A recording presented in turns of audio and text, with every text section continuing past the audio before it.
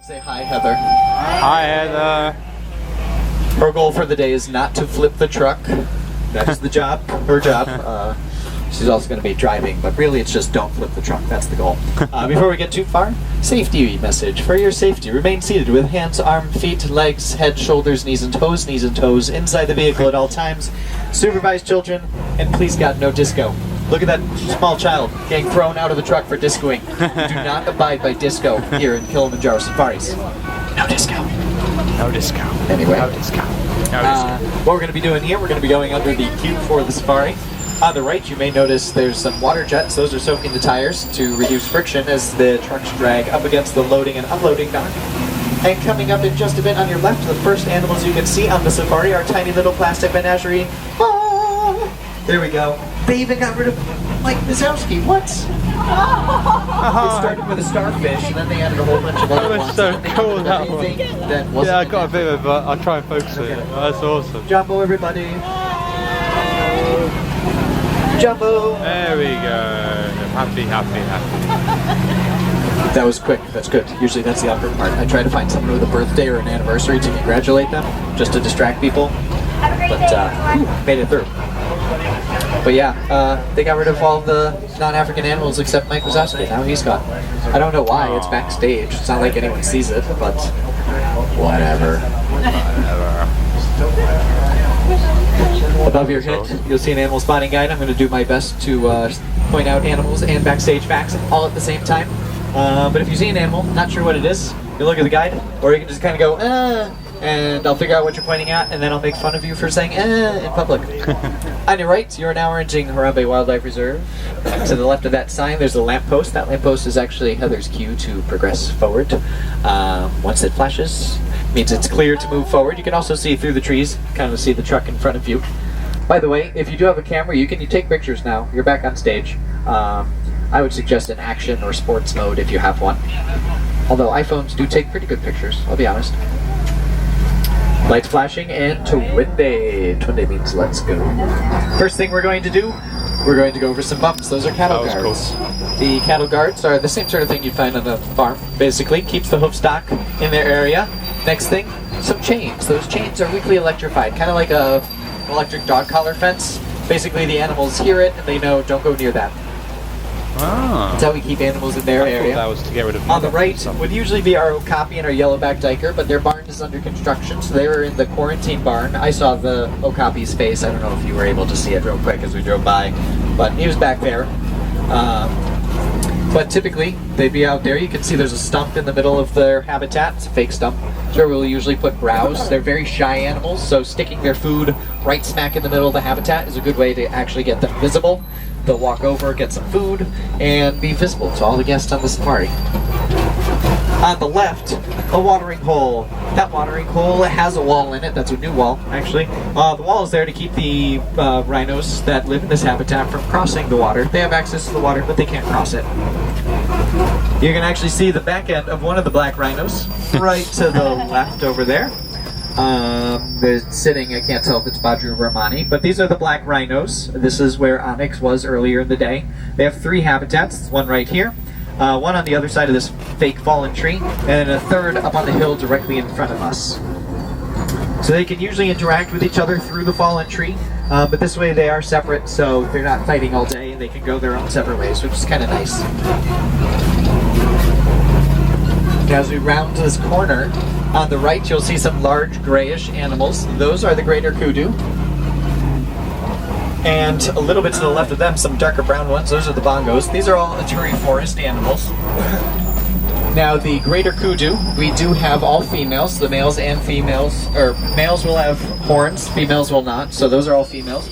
With the bongo, both males and females have horns, so we have a mix. The baby's in front of you, his name is Nelson. It was named after the Nelson waterers that we use in the park, causing a bit of a giraffic jam.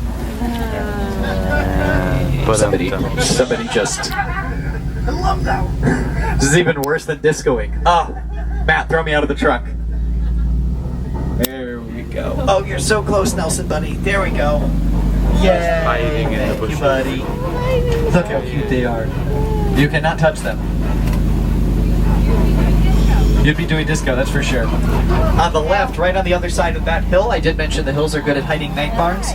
On the other side of that hill is the night barn for the black rhinos. That's where we just were. That's cool. Did you have any idea that you were this close to the safari truck path? Oh, I didn't know that. Exactly. At the top of this hill, there's going to be a road runs perpendicular to us. Towards the left leads to the female hippo barn, where we parked our vans. Towards the right leads to the male hippo barn and the Pangani Forest Exploration Trail. Look at that crossroad, isn't it great? Yay! Yay! As such, on the right would be our male hippos. We do have 4 male hippos. Hans and Henry are usually out together in the morning. They're father and son. Son is still submissive, that's why we can keep them together. And then we have 2 others. Let's see, there's one of them at our 2 o'clock, right over there. Usually what will happen is one of them will stay in Pangani Forest all day, and the other will come out here in the afternoon. So that's one of the individual male hippos. On the left, we have our bloat of female hippos, plus Nacho, who's one male that lives with them, and our pink-backed pelicans. They don't look like they have pink backs. They get their pink backs during breeding season, but it's Florida, it's pretty much always breeding season, so yay! You may notice that the truck is tilting towards the left. That's actually the equivalent of building a hill. In this case, you're the hill, though. Rather than having a hill, oh, there's the hippos up on the left. Out of the water. Look at those guys. So big, roly-poly.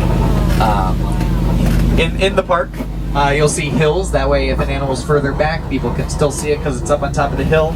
Back there, we were the hill, so people on the right side of the truck could see over the people on the left side into the water towards the hippos. One day. Now here, you're going to want to stay seated as we cross this bridge because we have our 25 Nile Crocodiles. Look at those guys. That one has his mouth opening. It's a way of cooling their body off. But we do have 25. They're all male. If we were to introduce a female, they would pretty much pick each other off until there was 1 male and 1 female left. If we were to introduce another male, because these ones have been together their entire lives, they would gang up on him and pick him apart as well. No good. So these are the ones we get until they're all gone. They have very long lifespans. It could take a very long time. They don't go in very often, unless we have to do construction. They get their physical exams every 2 years rather than every year, like every other animal in the park, because it takes a few weeks to get them all in. Basically, the big ones go in for the smorgasbord, and then the little ones say, look at all the space I have. This is amazing. And then they stay out until they realize they haven't eaten for a couple of weeks. Fortunately, they can go a year without eating, so we can get away with that. On your right, look at that amazing tree. That's a baobab tree, just kidding. That's the top of a tool shed. Heather would say it goes leafless 9 months out of the year. It's leafless forever because it's made out of concrete. Like I said, we do have that one real one, but it's only 60 years old. That one's modeled after a 1,000-year-old tree. We didn't feel like bringing any of those from Africa because most likely they would die in transit. Save the trees. Speaking of saving trees and things like that, look at this beautiful acacia forest in front of us. Those are all oak trees. There used to be an oak forest here. Rather than cut down all the trees and bring acacia trees in from Africa, we simply reshaped the oak trees, wrapped them in some wire mesh to kind of protect them from the herbivores, and said, good enough. As we round this corner, off towards the right, there's a dirt path leading back over your right shoulder. That's actually the path to the Wildebeest night barn. It's smack in the middle of the safari. The ride actually goes around their night barn. They rarely use it though. The wildebeest pretty much never go in at night. Because again, they eat grass. Why leave the grass? Just eat more grass. It's pretty much, we bring them in for hurricanes. Or if it's really cold. On the right, you'll be able to see some giraffes off in the distance. I'm going to talk about them while I keep an eye out for other things. There's 2 types right there at that incredibly fake tree. It's a Maasai on the left, reticulated on the right. The Maasai has the more messy pattern, the messy Maasai. Reticulated have the more fine pattern with the thicker white lines. Their name comes from the Latin word reticulatum, which means net. We've actually been moving them back and forth from Animal Kingdom Lodge for breeding. Now in front of us, my second favorite animal on the safari are the Sable Antelopes. There's a very dark one right in the middle there standing up. That's the dominant male. The subordinate males and the females have a lighter brown coat. And there's also, I saw a white-bearded wildebeest in there as well. Let's see, where'd the wildebeest go? There it is, on the other side of the bushes. They're beautiful animals. Sable antelope can be a little bit aggressive. More aggressive, though, are the cacti that live in their area. My friend has been pricked quite a bit. I think they move. They're vicious. There's a great shot of one of our reticulated giraffes. Looking for the baby. Where's the baby? You may notice. News to me. You may notice that one's got its head in that stump there. That's probably food or water. We'll put food or water in all of these stumps and termite mounds. Here's our white-bearded wildebeest. Ta-da! They're never, like, out and about. That's amazing. There's a good shot of the wildebeest. You'll notice there are termite mounds around you as well. Those are hard as concrete from baking in the sun and also made out of concrete. Again, we'll put water in them for the giraffes. We'll stick food out of the top so the other animals can't get to them. It's our way of getting the animals close to the road so that everybody can see them, whereas if they had their own way, they'd probably end up way at the top of the hill eating out of the trees. You may also notice some of the trees have buckets hanging off of them, like the one on the right. Those buckets are where we'll stuff food again so that the giraffes can get to them, but the other animals can't. It gets those giraffes nice and close, because in this area of the safari, the giraffes are the highlights. Everyone's, ooh, things and stuff, but giraffes! Ah! It's amazing. I love giraffes, but... oh, what is their favorite? I haven't heard what their favorite is. Do you know? I'm not sure. They probably eat a lot of things. I like that you can see the browse line on the trees. They will just devour these trees. You can see how tall our tallest giraffe is by looking at the trees, which is pretty funny.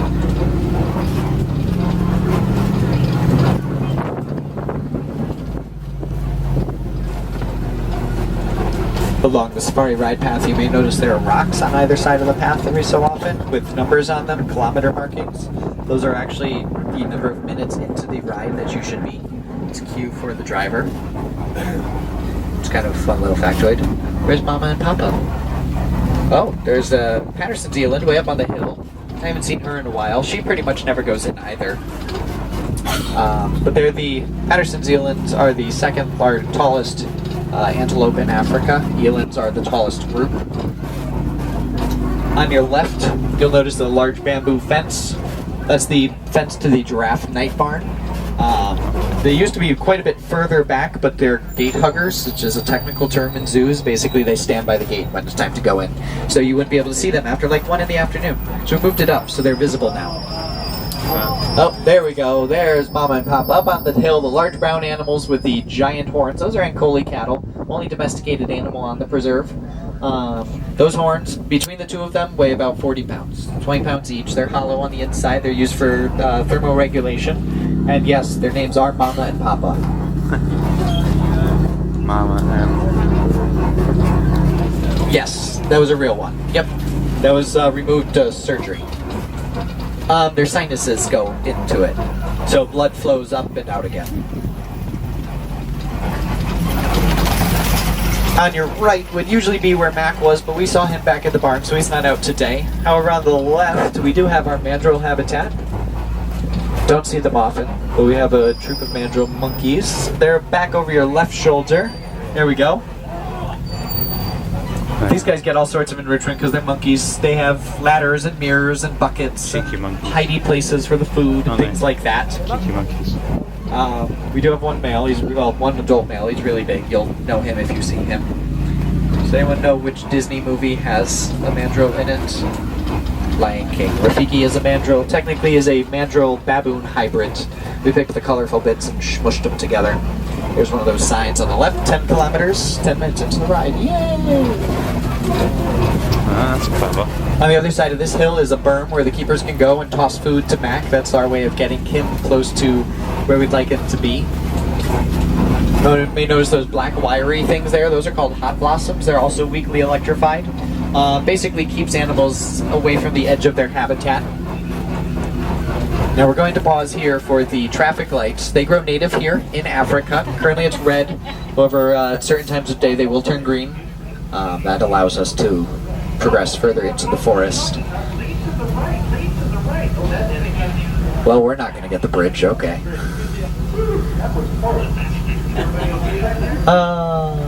Woo, that was close, yeah. So they got the moving bridge, we'll get the noisy bridge. On the other side of the bridge, there's going to be a gap in the trees on the left. It's the only view you can get of North Savannah.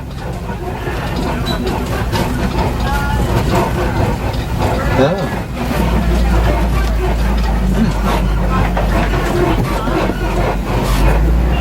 Oh. I always heard it was every other.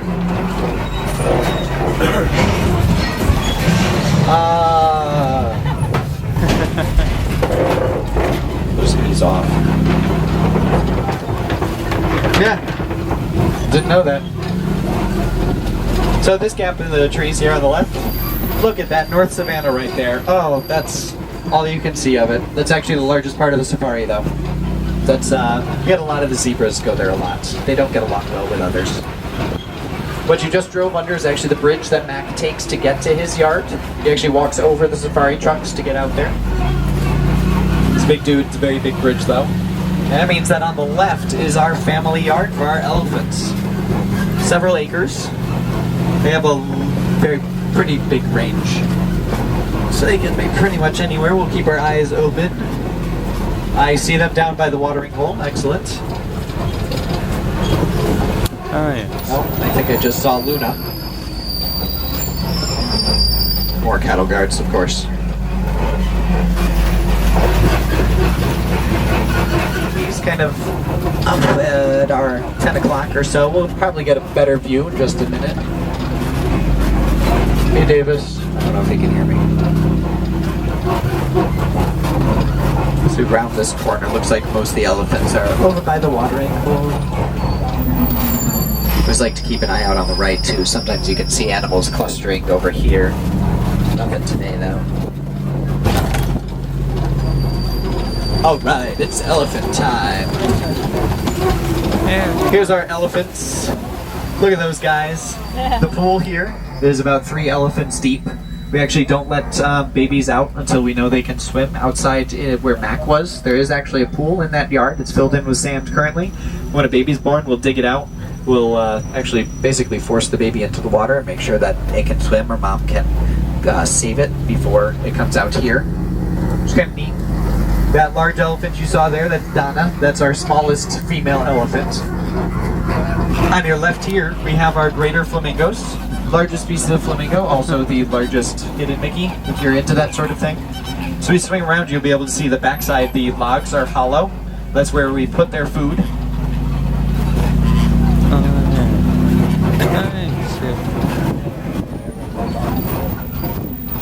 For more elephants.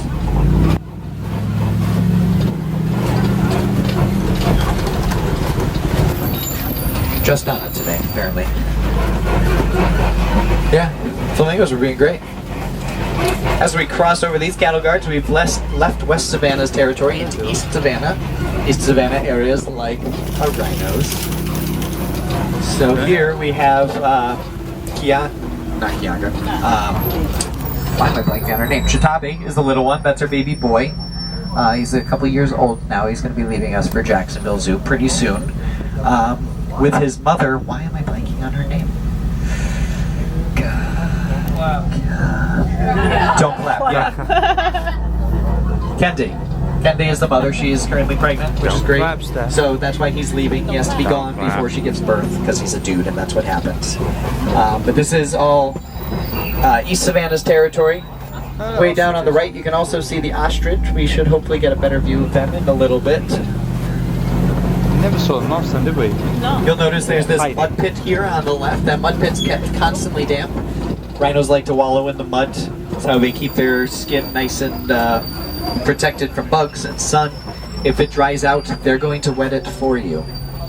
They're rhinos. They're going to wet it by peeing in it, and then they're going to roll in it, and that's gross. So the keepers like to keep it wet. Now on the left, actually moving way up at the top of the hill, on the back, you can see one of our cheetahs. Oh yeah. There we go. She's actually moving. I've never seen a cheetah move before. But we do have 2 cheetahs. They're sisters. The second one is a little bit closer to us on that hill there. They do have 2 habitats though. There's one on the left, this line of trees, and one on the right. And both are separated from us by a fence that you can barely see, as well as a 2-story tall moat. That is it's about 12 feet wide. About 2 stories tall though. Keeps the cheetahs separate from us. right on the other side of that hill there. Disney's very good at hiding its moats. As we round this corner, you're going to see a large rock formation in front of you. That is our copie. It's a pile of rocks for our lions. We do have 2 prides of lions. One of them is just a female. Her name is Savannah, which is adorable. The other one's a younger pride with a male and 2 females. They're very tricky to see because they're nocturnal, so they hide during the day. We do have some techniques of getting them out front, though. One of them, we actually have heated and cooled rocks. So if it, middle of the summer, we turn on the air-conditioned rocks and they go plant themselves on that because it's cooler. Opposite in the winter. On the right, you'll see some of our Grant zebras and more white rhinos and those ostriches. No left up a bit. That's okay. Oh, yeah. You can tell these are Grant zebras because the stripes go all the way around their body. Other zebras don't. And I see the head of one of our lions on the left. Looks like one of the girls. Oh, jeez. That's usually about all you can see of them. Well, that's one of our little ladies there. Oh, that's a good view. Hi, sweetie. I find when I'm working, great photo opportunities. When I'm here as a guest, atrocious. Atrocious. It's true. That's a good one. So that's probably Savannah today, by herself. Usually when the female's visible with the other pride, the male is visible as well. Coming up here on the left, you can see our little lady warthog. Oh, she's so pretty. She is moving, yeah? These are burrowing animals, so you'll notice there are burrows that we've dug for them. They actually back into their burrows. Because we wanted her face to be visible, though, we basically gave her burrows and said, here's where you can hide, so that her face is still facing the safari truck half. On the right, again, you'll see some more of our white rhinos. Looks like could be Helen and Lola. Off in the distance, some fantastic shots of zebra butt. And then our 2 female ostriches. We only have females. That's part of why those fake eggs, well, they're real eggs filled with concrete, are back there. A lot of institutions will do that with birds. Birds can get stressed if they haven't given birth and it's breeding season, or laid an egg, not given birth. So fake eggs are a way of kind of tricking them into saying, no, it's cool, you laid eggs, don't worry. Easy, baby. Gate hugging. Way down on the right, there's a path. You can actually see their night barn. It's one of the few you can see from the attraction, and nope, no dice. Well, there's yellow-billed storks there. They're carnivorous storks. Oh, there they go. They're way back there. There's one. Those are addicts. They can go their entire lives without drinking water. It's pretty impressive. They share that night barn with the zebras that are on the Pangani Forest Exploration Trail, which are different from the ones that we have on the safari that you just passed. Also different from the ones that we have on Animal Kingdom Lodge. We have 3 different species of zebras. Kind of cool. And then the yellow-billed storks actually belong in a Turi until they ended up with the mandrills, and that's not where they should be. So we moved them over here while we built a more permanent enclosure for them at a Turi forest. That's the story with the yellow-billed storks. That's really the only reason I bring them up, because they're where they should be. Birds, they can fly. Who knew? Surprise! We always like to bring you on the safari, point out some of those backstage portions. A lot of the animals you saw today are also protected by the Disney Worldwide Conservation Fund, which I've talked about a lot. The reason we always like to bring that up at the end of the tour is because a lot of people don't realize it, but by going on this tour, you've actually donated to GWCF. Yay! We can clap, there's no rhinos around. Okay, there we go. So you have contributed, so usually I would say pick your favorite animal and you've helped protect them, but a lot of you guys went with cats and dogs, so not doing much for those. We do have feral cat project. We have one of them, but that's about it. So that's not really protecting them, it's more trying to get rid of them, but that's beside the point. This is protecting all the other animals. But of course we would like to thank Heather for not flipping the truck on us. You did an excellent job over the past 2.5 weeks. We are all alive, nobody discoed, which is great. There we go. Please make sure you bring everything with you as you get off the truck.